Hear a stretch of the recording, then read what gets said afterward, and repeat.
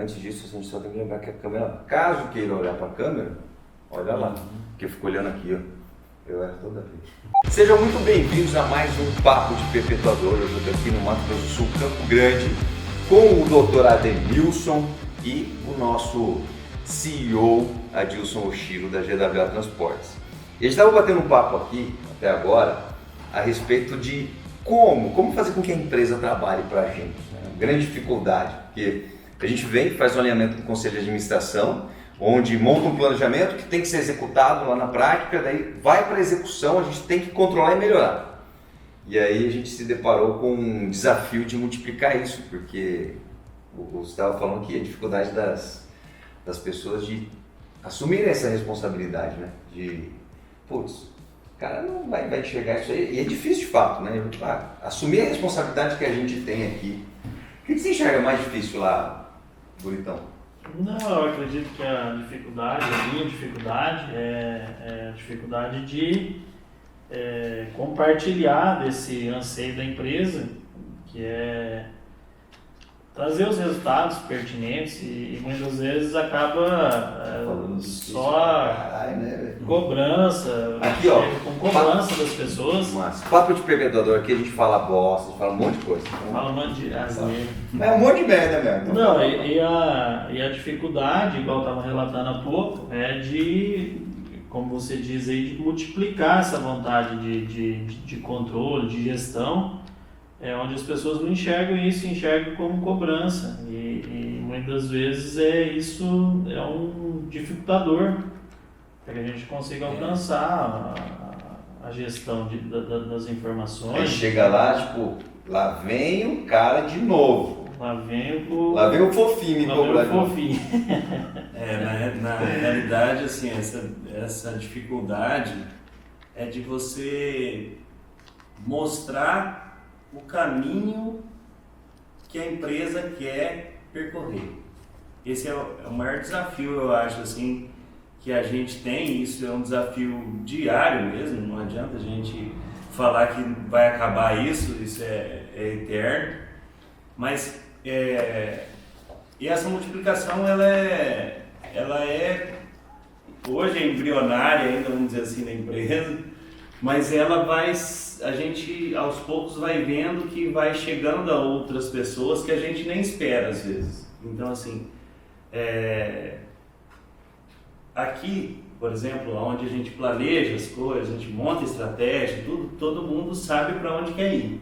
Só que lá na ponta, quem faz o operacional mesmo não sabe disso, não tem a consciência de onde que a gente quer que chegue. E aí esse direcionamento fica totalmente desvirtuado, e quando você chega com essa cobrança, o que eles querem é boicotar, porque eles querem ficar na tranquilidade deles. Conforto, né? No conforto deles. E até... Sair da zona de conforto. A zona de conforto é muito boa, porque na zona de conforto eu despendo o mínimo de energia para ter um resultado bom. O problema é o apego à zona de conforto quando eu não quero aumentar ela. Então, tipo, eu não vou fazer isso aqui, porque eu não sei fazer. Então, eu vou continuar com o mesmo tamanho da zona de conforto. Mas quando a gente consegue aumentar a zona de conforto, na zona de conforto é a nossa melhor performance. Sim. Eu despendo o mínimo de energia, o mínimo de esforço, tem que aprender porra nenhuma para ter um resultado bom. Ele não gosta do extraordinário, gosta do bom, o bom é o suficiente. Mas até fazendo só uma explicação para a gente aumentar um pouquinho aqui, a GWA é uma empresa humanizada. O propósito da GWA, qual o core business da GWA? Cuidar das crianças. E aí até legal, hoje a gente estava consolidando o institucional, nem te mostrei o slide ainda, mas eu só peguei as suas palavras e coloquei numa frase que o propósito da GWA é cuidar, né? O verbo cuidar, mas na descrição eu coloquei assim: cuidar das crianças, a carga mais valiosa do mundo, zelando pelo seu conforto, bem-estar e segurança, da casa para a escola, da escola para casa.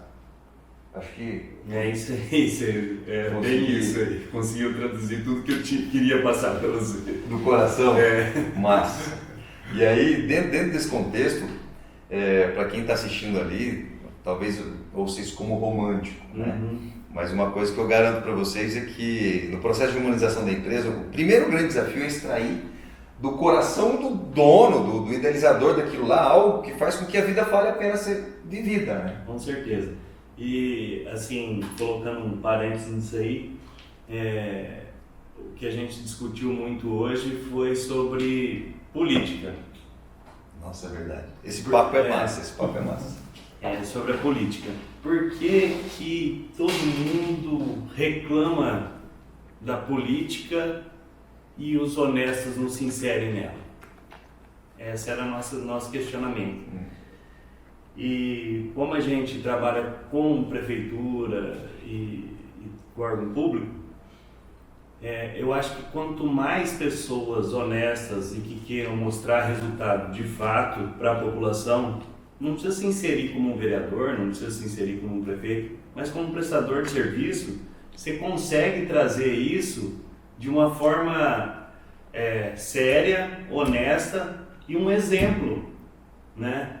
Ao invés de você, muitas vezes, lógico, a gente se indigna com muitas coisas na política, mas se a gente não se inserir nela, vai ser sempre pro resto da vida assim. E se esse é o país que você quer para os seus filhos, eu acho que qualquer contribuição é válida, né? Mesmo que seja pequena. De repente, em relação a hoje no estado, só para você ter uma ideia, são 2.000 veículos, por exemplo, de transporte escolar, e hoje a gente faz quase que 80, 90 carros. É pequena em relação a um estado pequeno já.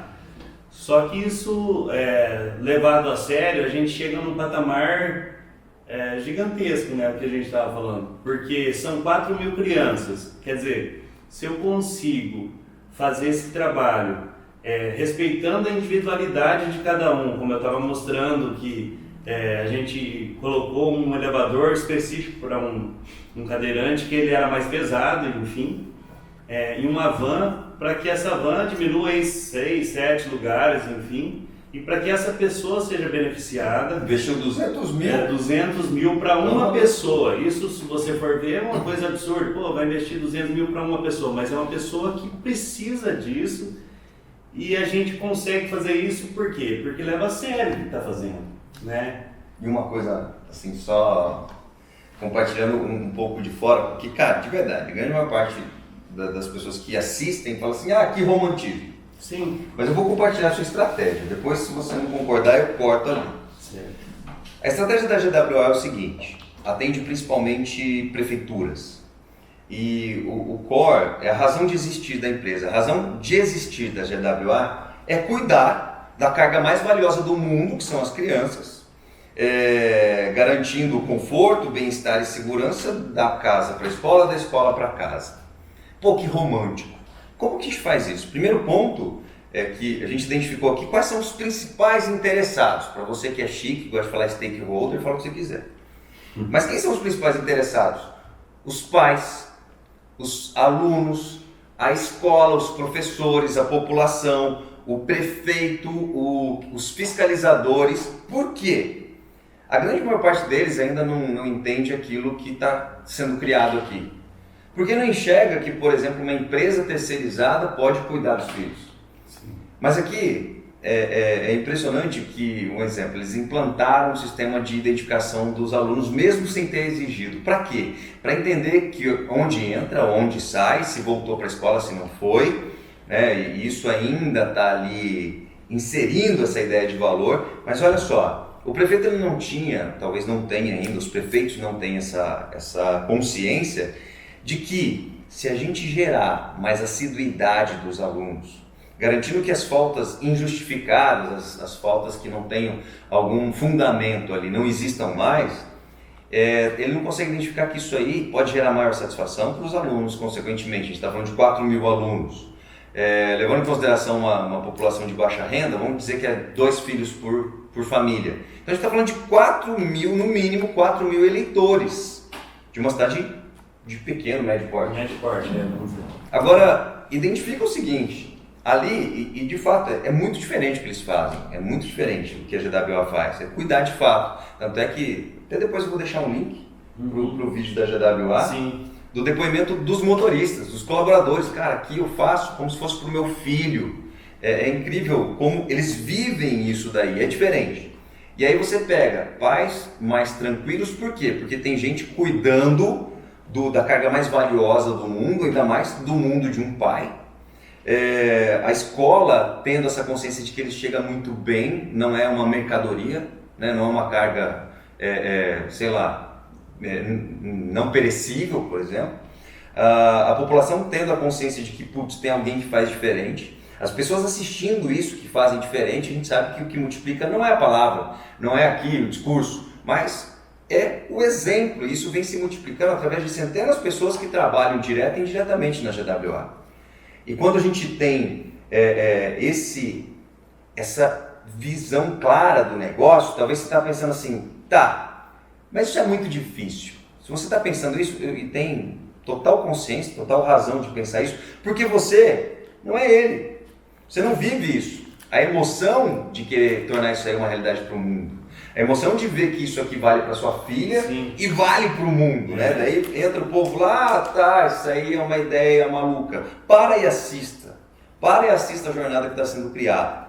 E aí, juntando com o que você estava falando, Corrano, é mais fácil reclamar da política do órgão público, do que quer que seja, do que fazer um pequeno exemplo a cada dia, onde um pequeno exemplo começou com um cara que tinha o quê? 2 ônibus? 2 ônibus. Hoje faz parte de centenas de colaboradores, funcionários, faz parte de milhares de vidas de pessoas, um passo após o outro, um passo após o outro. Tombo pra caramba. Muitos tombos que não dá para deixar de falar, né? E quando você fala de hoje, a gente acaba muitas vezes esquecendo da origem, muitas vezes esquece também dos tombos que a gente levou. Então o tombo foi bastante, de prefeitura que não pagou, enfim, de responsabilidade de gestores e de muitas vezes incompetência mesmo da gente poder gerir a empresa. Mas um dos detalhes mais interessantes até que eu falo é que eu daria minha filha para qualquer motorista que é contratado por nós. Então, por isso que eu falo que a carga é mais preciosa, que eu coloco ela como uma medida ali. Será que eu confiaria em levar a minha filha? Quando qualquer desconfiança que existe, essa pessoa já não trabalha mais. Porque eu acho que é isso que a gente tem que pensar do poder público. Até para os gestores, para os políticos, será que eles usariam aquele posto que eles estão gerindo? Será que eles colocariam os filhos dele naquela escola? Acho que é essa a pergunta, assim. E esse é um grande... se a pessoa falar que sim, colocaria, eu acho que ela é um ótimo gestor. Né? Porque ela confia no que ela está fazendo, no trabalho dela. Né? Esses dias a minha filha foi ser transportada da escolinha para um passeio que eles tinham planejado, um planejamento financeiro, 4 anos de idade da minha filha. E aí eu fiquei passando, falei, quem será que é o motorista que vai levar, né? Porque cria uma certa insegurança quando a gente entende daquilo, porque a gente sabe que muitas coisas acontecem, né, no transporte escolar. E eu fiquei com vontade de ligar para a diretora e falar, da próxima vez você pede que a gente venha aqui e transporte eles. Né? Que você dar sua filha na mão de alguém, né? Quer dizer, os pais estão lá confiando num trabalho, mas se esse trabalho é bem feito ou não, né? Essa é a questão, né? Que do caramba, né, velho? E aí isso muda todo o jogo, porque a gente tem a ideia de ter um negócio para ter lucro. Na verdade, negócio existe para ter lucro, ou seja, não tem negócio sem lucro, não tem lucro sem negócio. Sim, lucro é obrigação. Mas quando a gente passa, isso a gente chama de empresa humanizada, e quando fala empresa humanizada, é por simples utilização da neurociência aplicada a negócios. Ninguém faz isso de uma forma racional. Ninguém fala que vou multiplicar isso no mundo de uma forma racionalista. Por quê? A razão nos move no primeiro passo. Vou fazer isso aí amanhã, a gente chega e faz. Depois de amanhã eu vou fazer mais uma vez, chega e faço. Surge uma urgência ou algo mais atrativo, eu deixo de fazer. É a emoção que continua nos movendo em prol de algo. Só que poucos têm a consciência que a gente tem hoje, dentro de, primeiro, constatação neurocientífica e principalmente do propósito de vida né, que se tornou o Converge. propósito do negócio, Sim. converge o propósito do negócio. Total. Quando isso bate mais forte aqui, é isso que continua nos movendo. Mas a nossa percepção de realidade vai até 90 dias. Então quando a gente fala de... Cara, sempre. A gente fala de propósito de vida, o povo, tá legal, uma ideia romântica. Então Deus vai descer e vai falar assim, filho, você nasceu para ser bonitão, redondinho. Cria esse conceito. Né? Mas dentro do processo que você passou, Gohan, você enxergou aquilo como uma emoção ou você viu lógica quando você falou assim, esse é meu propósito de vida? Bom, primeiro eu vi lógica. Eu vi uma lógica ali. E aí, com a emoção, logicamente, e essa emoção ela é alimentada. Ela precisa ser alimentada. Porque se todos os dias, ou enfim, todas as noites, você não pensar nesse propósito, ele nunca vai fazer sentido. A gente desconecta, né? Então assim, a minha forma de conexão com isso é na oração. Porque eu sempre penso nesse propósito e agradeço, né, por esse propósito. Porque senão não faz sentido, né? O que você vai deixar? O Brasil tá uma merda, mas o que eu tô fazendo, né, pra melhorar ele, né? Pois é. É mais fácil reclamar do que fazer algo, né? Com certeza. Minimamente, mas isso de repente pode se transformar em uma coisa muito grande, né? Quer dizer, sem falsa modéstia, mas de 2 você chegar a 80, já é um grande percurso, né? Já é gigantesco.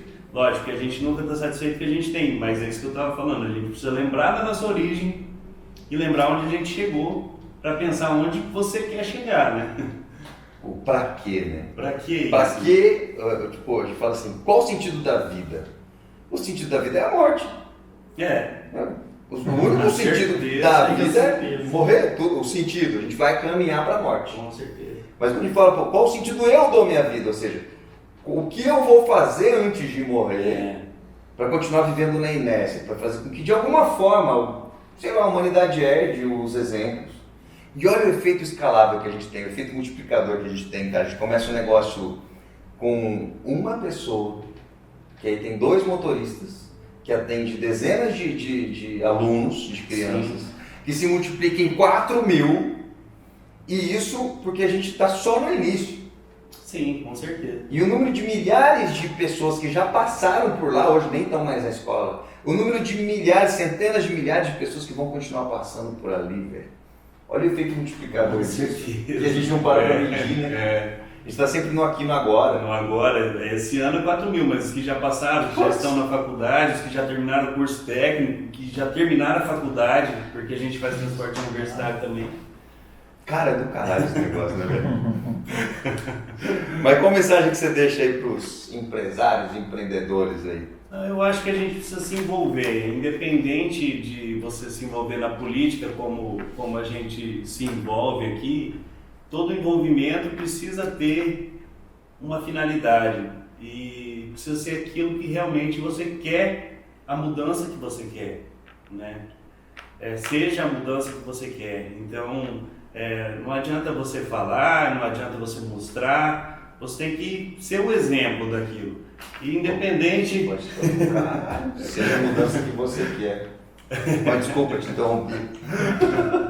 E nesse contexto é o que a gente sempre vai fazer, com milhares de desafios que eu acho que muita gente pensa, aquele funcionário público, ele está lá para mamar, aquela empresa está lá porque está sugando da prefeitura, está tirando proveito, está enriquecendo em cima da prefeitura. Eu acho que o empresário precisa ganhar riqueza, sim, patrimônio, isso e aquilo. Obrigação. Mas o que mais vale hoje na empresa mesmo é esse legado que a gente está tentando deixar, né? Porque essa perpetuação é um sonho, logicamente, que é um sonho que eu não vou ver, porque é um sonho que eu quero morrer e continuar. Então é um sonho que eu não quero, quer dizer, como que eu vou te explicar? A vida que valeu a pena ser vivida. É um amor que você faz, que você deixa, que aquela semente talvez você não vai ver, né? Mas que você está deixando lá aquela sementinha, que ela vai brotar e, enfim, ninguém sabe o futuro, né? Mas... É a fábula do plantador de tâmara. Ah, sim, isso mesmo. Na antiguidade, a tâmara demorava 75 anos. 80 e poucos anos, né? Para gerar frutos, ou seja, quem plantava ele não comia aquele tâmara. Mas todo mundo pensar, se eu vou plantar aquilo que eu quero colher, ninguém ia comer tâmara. Com certeza. Um plantador de tâmaras. Hoje em dia não, já demora Um perpetuador não deixa de ser um plantador de tâmaras. Verdade. Massa pra caralho. E aí, quer dar um tchau pra galera ali? Não, eu faço parte da empresa e estou começando agora no curso de perpetuadores. E o que você fala dessa figura aqui? Rapaz, o Adilson é uma pessoa magnífica aí, empreendedor. Sem rasgar cedo, vai. Tem o cuidado que ele estava dizendo aqui com as crianças, não é balela, tem mesmo, é um empresário que investe. A empresa hoje tem, vamos dizer, 40% da frota são veículos zero, vamos dizer, não teria necessidade disso para atender o contrato. Hoje o contrato exige uma frota de no mínimo 8 anos. Então você vê o interesse nele em buscar, em ter um atendimento. Mas te pergunto, vou te interromper. Na empresa igual ele estava dizendo, com amor mesmo pelas crianças, para poder fazer o serviço de maneira séria, igual ele estava dizendo, que nem todo mundo precisa estar prestando um serviço público para estar sugando uma prefeitura, ou enfim. Mas o que contaminou você?